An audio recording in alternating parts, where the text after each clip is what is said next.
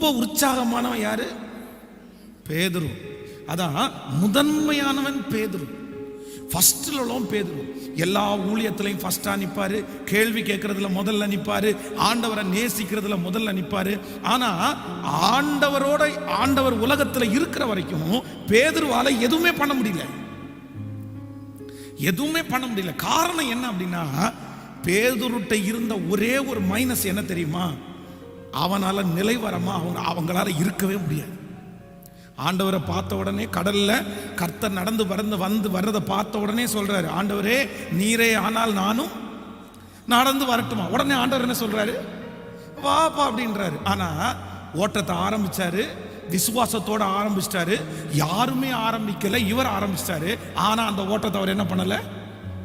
முடிக்கவே இல்லை, ஃபினிஷ் பண்ணவே இல்லை. அப்புறம் ஆண்டவர் திருவிருந்து கொடுக்கும்போது சொல்றாரு, எப்பா என்னில ஒருவன் காட்டி கொடு, என்னில ஒருத்தன் காட்டி கொடுப்பான்னு யூதாசை பார்த்து பேசினாரு. இவன்கிட்ட ஏற்கனவே சொன்னாரு, இந்த மாதிரி நீ என்ன 3 தரம் என்ன பண்ணுவ? சேவல் கூவுறதற்கு முன்பாக 3 தரம் என்னை மறுதலிப்பாய்.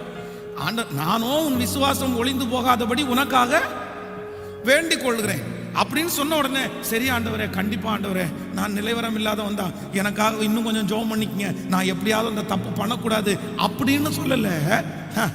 நீங்க என்ன ஆண்டவரே சொல்றீங்க? காவலிலும் சாவிலும் உண்மை நான் என்ன பார்த்து பேசுறீங்களா? நான் அப்படியெல்லாம் அசைவல்ல மாட்டேன். நான் வச்ச கை வச்சதுதான், நான் உங்களை நேசிச்சதுதான், யாருமே என்ன இது பண்ண முடியாது அப்படின்னு பெரிய வீர வசனம் பேசிட்டாரு. ஆனா சேவல் கூவுறதற்கு முன்பாக 3 தரம் மறுதலிக்கிறார்.